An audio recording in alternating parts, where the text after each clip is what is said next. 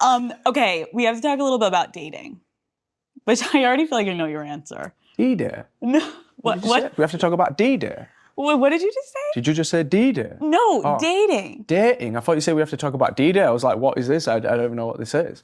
D-Day, dating. Which Dating. maybe to you feels like me asking about D-Day because you're like, that's like Freudian moment. You're like, no, wait, what? Oh, D-Day, shit. fuck. Are you seeing anyone right now? No. I knew you were gonna say that. Not even like texting. Okay. That's fair. You're not dating. You're talking. I've got a few friends, yeah. But no, I'm not dating anybody. Okay, so a few friends. You went on Tinder once, right? Did you ever make it out of the app? No one ever believed it was me, to be honest with you. So it didn't really work for me. But yeah. What was your profile picture? Of me. But like, was it from Google? No, it's on no app, like camera roll pictures. Okay, so like it wasn't online that you could find it? No. Well, that's like the tell. They should have known it was Yeah, you. but what are they gonna do? Search online? Yeah, fair. Is this photo from online? So dating apps are not for you anymore? Not really. How has being a dad impacted the way that you approach dating right now? I don't know if being a dad's changed the way I approach dating. I guess the only difference with that is the time, you know? Like I said, when I'm not working, I'm with Kai. So like finding the time to even go on dates and do that kind of stuff is a bit difficult, I'll be honest with you. What would it take for you to introduce someone to your daughter? I think I'd have to be really serious about that woman and like maybe plan on marrying her before she'd be introduced to my daughter. But before the woman gets a ring, she's gonna meet Kai, right? You're like wedding day. I'd have to decide. No, man, like maybe like on the third day, I'm like, yo, I'm gonna marry this woman. Nah, you can meet my bird. You can meet my daughter. Sorry, yeah, my daughter can meet my bird. Or you can meet my chickens. It's up to you. Hold on. You're saying that bird is a northern. You call bird. You're female. You're bird. Female. Yeah, Okay. I was like, she's meeting the chickens. No, she's meeting my girlfriend. Maybe the girlfriend first meets the girls. Yeah, the chickens. Then the turtles, and then slowly, if the vibe is right, Kai one day. I just feel like it's a lot of pressure, you know? Yeah. Like, call me old school when I say this, but like, I won't want to ever put that kind of pressure on somebody else even, you know? Like, meet my daughter, have a relationship with her, then don't work out between me and you, and then you've gone somewhere and my daughter's got this relationship with you and she don't get to see you again. Kind of sucks, you know? Like, I won't want to put her through that.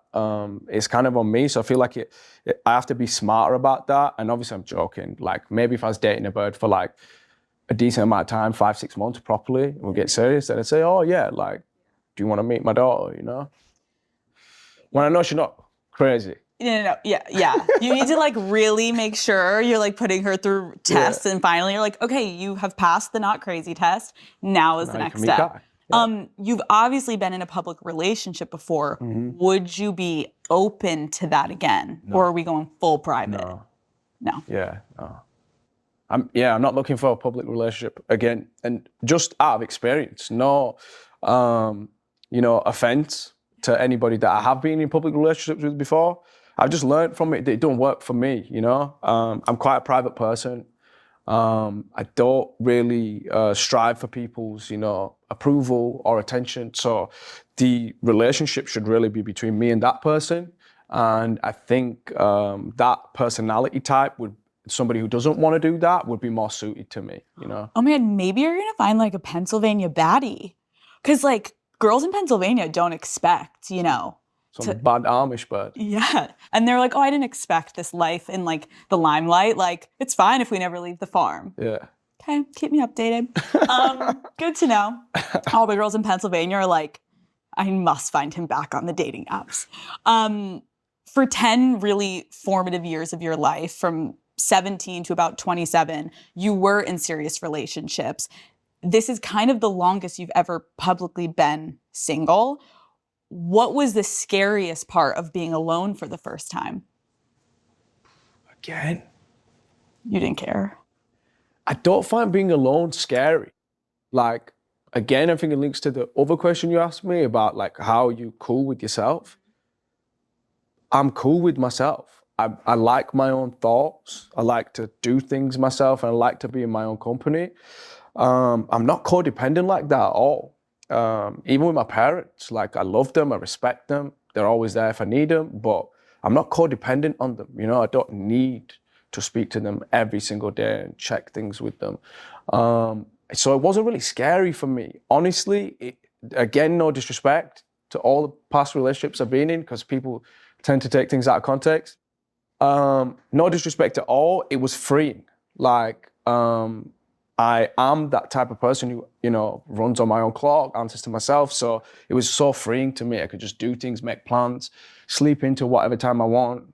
You know what I mean? It's nice. Like go to bed whatever time I want, eat what I want, like eat in the bed, like all kinds of shit, you know, that like is not cool when you're in a couple. So yeah, it's just been freeing for me, and no pressure, you know, like I can't really get in trouble that way either. You know, I tend to get in trouble in relationships too, because I was young and, you know, did certain things, you know, spoke to other females when I shouldn't have been, as most people do. You live and learn from it. But this way, there's no guilt, you know? I can just be free and speak to whoever I want. And, you know, hopefully if I meet somebody that I want to be serious with, I'll have spent enough time in this place to know that I want to be with that person and be committed to them. It's a great point. It's like you can acknowledge you messed up when you were younger and you're not proud of it, but also like unless you're ready to get into a relationship where you know you can be faithful. I don't want to keep doing the same thing, you know? Yeah. But okay, I feel like there's a difference between enjoying your own company and then self-isolation. Have you ever intentionally? Self-isolated? Yes. To a certain degree, I think I did a little bit like after the band, you know, like I took a bit of time to myself. But I wouldn't say it's complete isolation. I always still have people around, you know. My manager's always around that works with me, and like my best friends come out and see me from time to time. Not as much as I'd like, because it is quite a long flight, but I wouldn't say it's like self-isolation. It's more just like removing myself from the noise for a bit. You said that you're finally in a place now where you don't need another person to identify or find yourself in. That's what we're talking about. How in the past were you losing yourself in past relationships?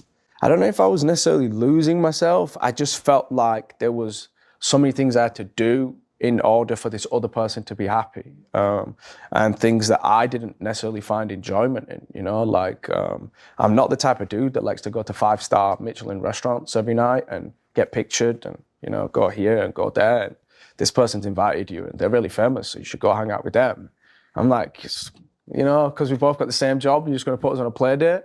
Yeah, for me, like it don't make sense like that. Yeah, so yeah, I just tend to just stay away from them things. It's actually the best thing you've said today.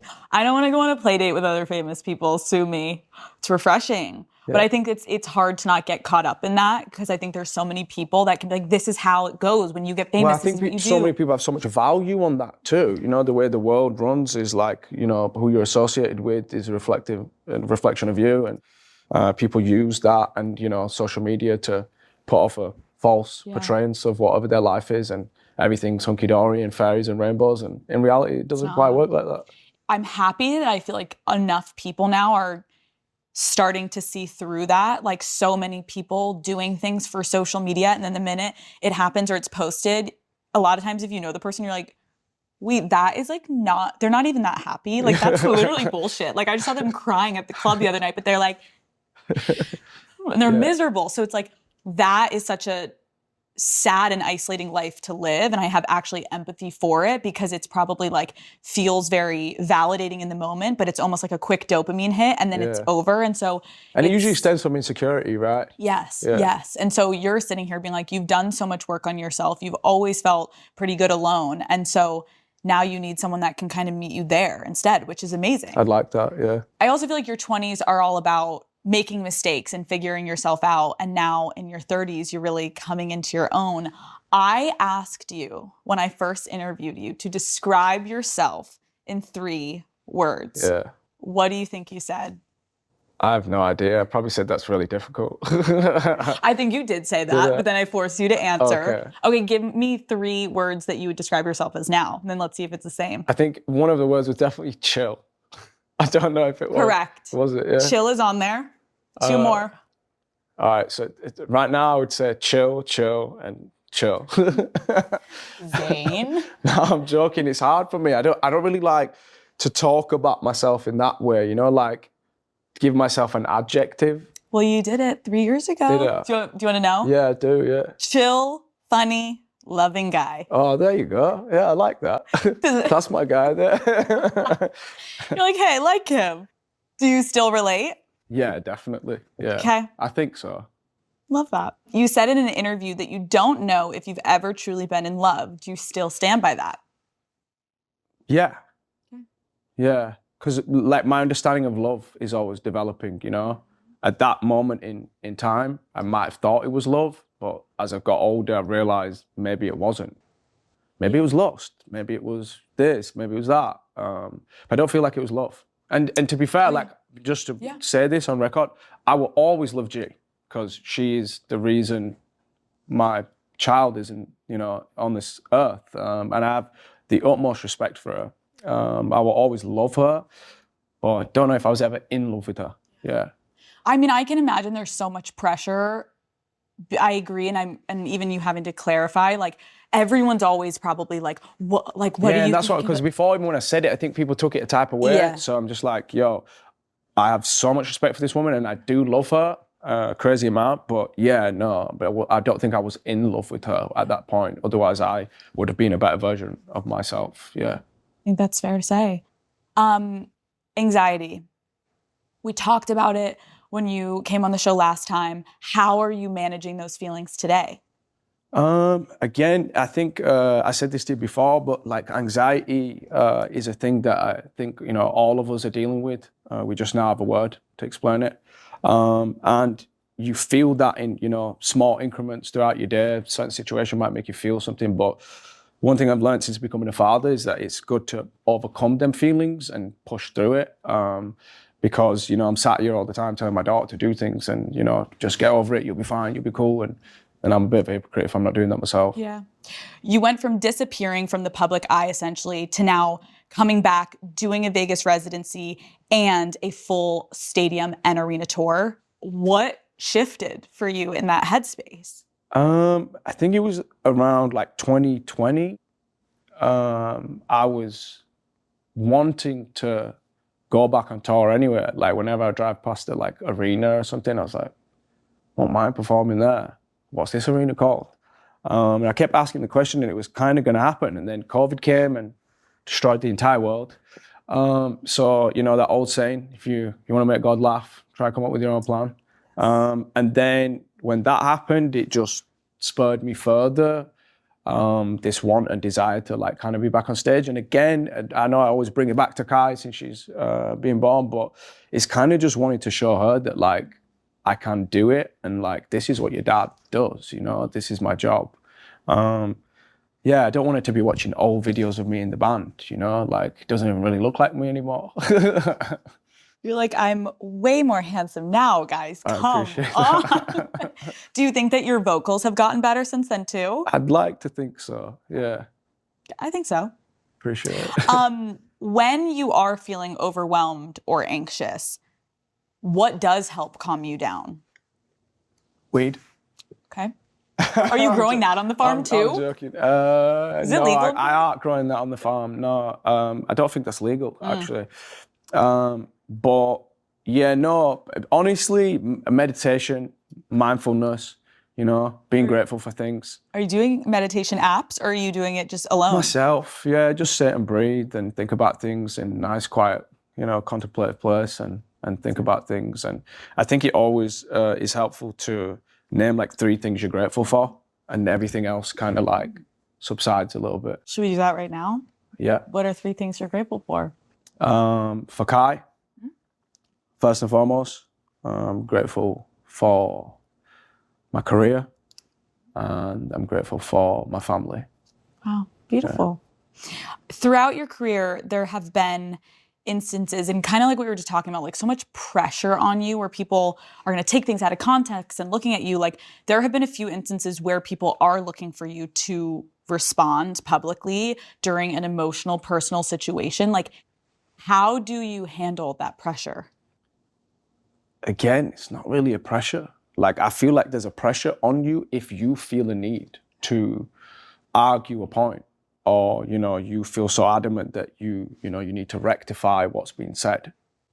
Me personally, if it's not true, I don't give a shit. Like, there's so many things that people say that are untrue. And if I was gonna sit there and go through all them things, I won't have any time in my day to do anything else. Like, so I just try not to think about it. I'm not really a social media person. I don't have social media on my phone. If there's something that's going on social media, I speak to my manager or my assistant and say, put this up on social media. I don't scroll, don't do the doom scrolling shit. So don't see anything. You know, I just kind of live in my own world. Yeah. And it's nice. There isn't no pressure for me in that sense, because I don't allow that pressure to be in my life. It's great. Obviously, you have been on massive tours before, but during those you were on the stage with other people. This time you're out there by yourself. How are you approaching it? And how does it feel different than having 4 people standing next to you? Yeah, the first couple of shows I did on the Stairway to the Sky tour, it was kind of weird, you know? I'd done a couple of odd songs here and there, like on TV shows and stuff, like one song, but I'd not done like a whole show. So yeah, it was a little bit strange, you know? It took a little bit of adjustment, not being able to look to somebody else singing, but I have my band on stage with me.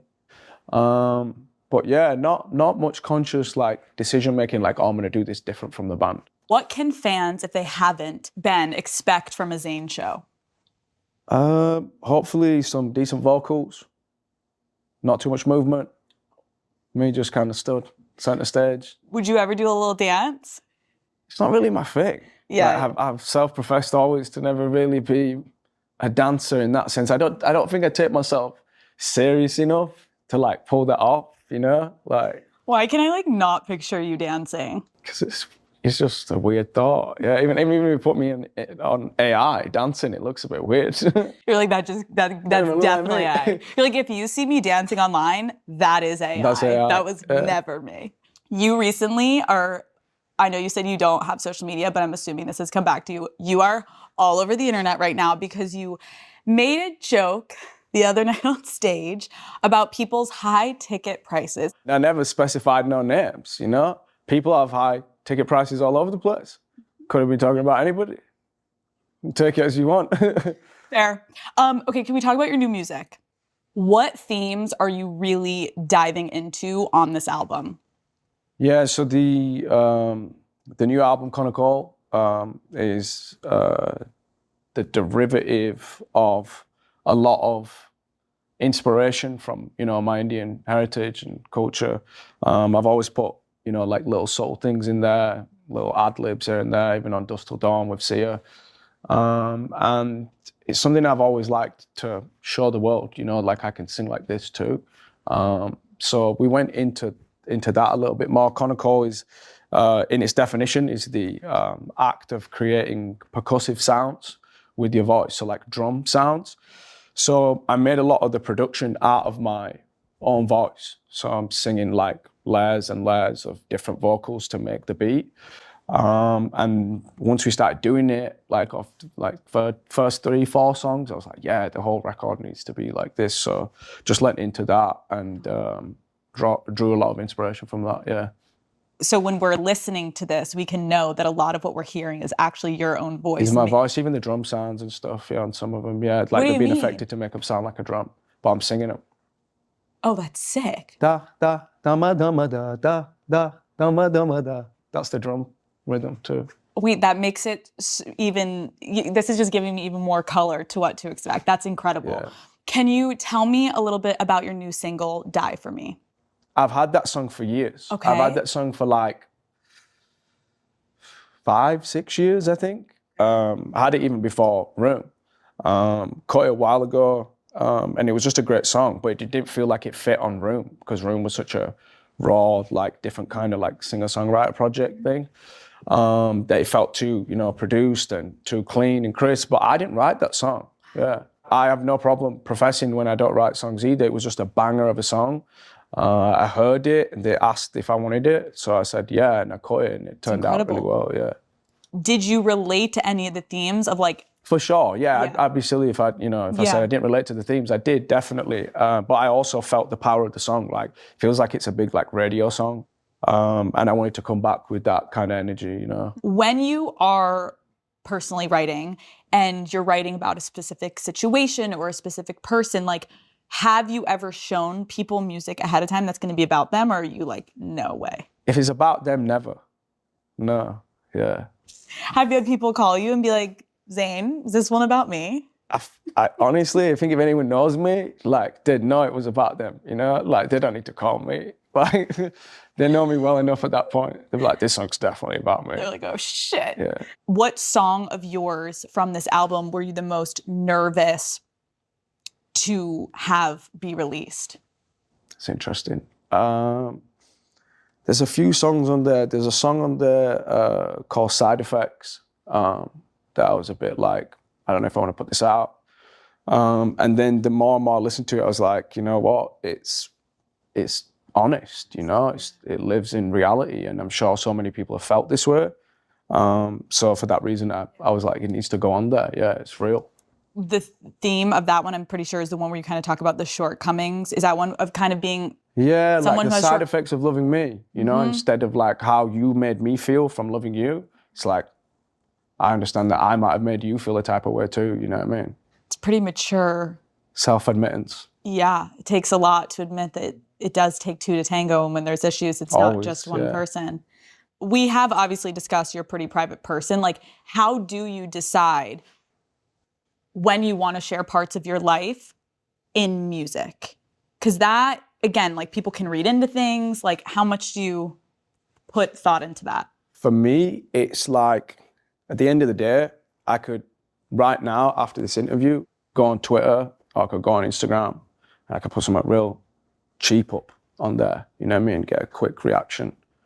For me, with the music, it has so much more class to it. There's poetry, there's thought gone into it, there's production. It's classy, you know? So that's why I'm like, yeah, I'll talk about these things here because it's art and it stays there. It's not just a random fucking text, you know what I mean? It's not a tweet. No, it's not a tweet. You're like, just listen to it in the song, okay? I said enough. How do you feel when people try to connect the dots of, oh my gosh, speculating about these lyrics must be about this person? People are always going to do that. You know, even if I bring a song out next week about, you know, I always wanted to be a clown and be in the circus, people will be like, oh shit, Zayn wanted to be a clown in the circus, you know what I mean? Yeah, I don't really feel a type of way about it. Like, they're always going to say something.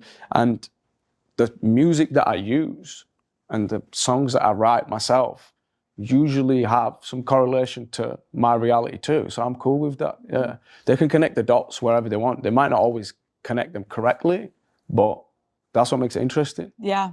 Okay, top 3 favorite songs from the album. Top favorite 3, okay. Used to the Blues is definitely my favorite, I think. It's just different, feels a bit different for a Zayn song. So it got a bit more of a hip hop like production to it. Really like Side Effects, and there's another song called Sideways. Okay. Favorite lyric? I miss looking at you sideways. When did you come up with that one? A while ago. It's been in your notes app? Yeah. You were wondering when you should. When do I release this to the world? And when you write something like that, is that you sitting on the farm, daydreaming or meditating, having a thought and being like, that's an interesting line, and then you write it down? Yeah. Yeah, pretty much, yeah. When do you think you have those revelations of a new lyric the most? Like, is it when you're in the studio? Is it when you're just chilling at home? Usually the best lyrics, yeah, they don't come like when you've planned to be in the studio. You can plan as much as you want, but my lyrics usually come to me late at night. Like, I'm a bit of a night owl. That time just before you go to sleep is a weird one for me because I don't go to sleep. I just stay awake, like writing things, because my mind's just going crazy at that time. But in this like studio run, I managed to get a lot out in the studio sessions. So I think it just really depends. You know, if you've got a bit of information pent up, ready to go, it'll be there for you. If you're not really living any life, doing anything, then probably not gonna have shit to talk about. You know what I mean? Yeah, I just thought about that as you're saying a lot of things come to you at night. I'm like, okay, I miss looking at you sideways, I'm assuming is basically you're like laying in bed and you're staring at each other while your heads are both on the pillow, and you can't help but think like, yeah, that may have come to you while you were laying there wishing that person was there. Yeah. Okay, love that. Okay, what are you most proud of with this album? Honestly, the fact that people still give a shit. I'll be honest with you, like 5 solo albums now. I was just buzzing that, you know, I got to do a first one, like after the band, like people seem to care, you know.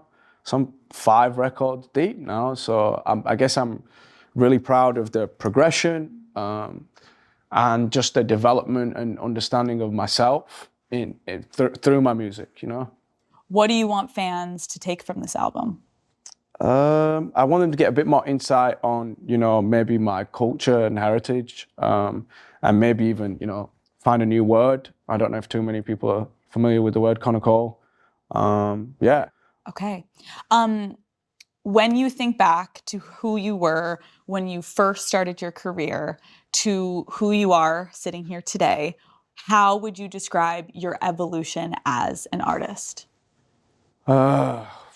Fucking huge arc, you know. From standing on stage in Manchester, singing Mario, Let Me Love You, a cappella, not knowing what production was, anything, wearing my uncle's clothes. There's been a bit of progression, you know. I'd like to say I've developed my own style a little bit. I know a bit more about music. I know what key is now. I know what pitch is, all these things that I had no clue of, yeah. So there's been a lot of development, but I think, again, just to bring it back there, the most development has been in me as a human being, you know, like just growing. Yeah.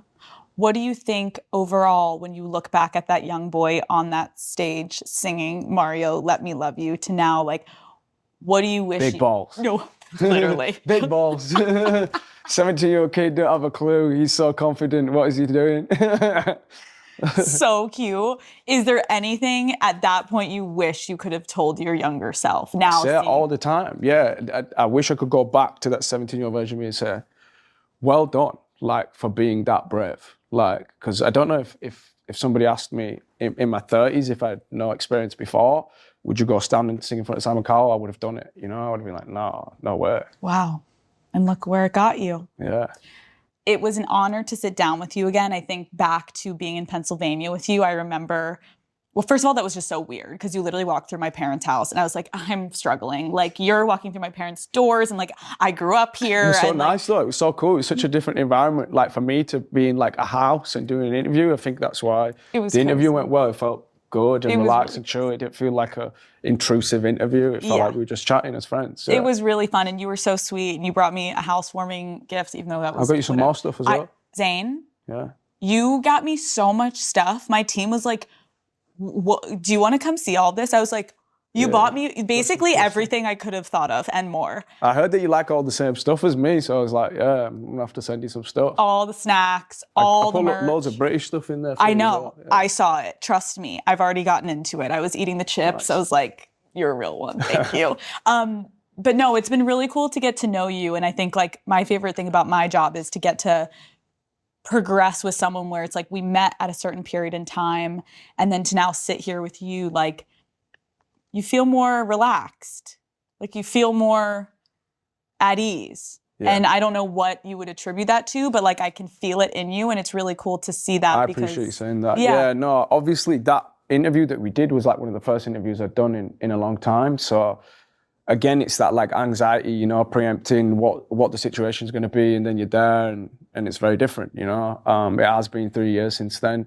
I've been working a lot more, been getting into the rhythm of things, and I feel a lot more chill and a lot more confident, you know, in this environment, and I'm enjoying myself. Yeah. Well, I'm happy you called me, and I think we're gonna have to do this again in 3 years. Let's do it. You guys didn't actually think we were done yet, did you?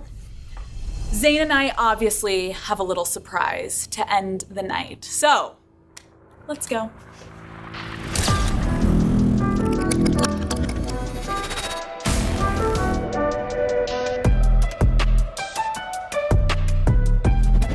You have to stop giving me gifts. Zayn. It's just noodles. It's not nothing that expensive. It's some crisp noodles. I'm dead at this. Yeah. Stick the chips in the noodles. Yeah. And I got you this too. Zayn, how much have you spent on the boo-boos? We won't discuss that on camera. Welcome. Oh my God, wait, Zayn, this is sick. No. It's like the calm before the storm. I am so happy we got to reunite. Thank you so much for just letting me into the behind the scenes of your world. I'm so happy for you. This has been such a massive success. I can't wait for the album. And more importantly, I can't wait to see you out there tonight. Thank you so much. Love you. You're the best. I hope you have a good time tonight. Oh my God, I will. Hopefully I can put on a good show for you. Dance for us out there. All right, yeah. Like, not a chance. Get a little wiggle going. Bye, Zayn. See you later, Alex.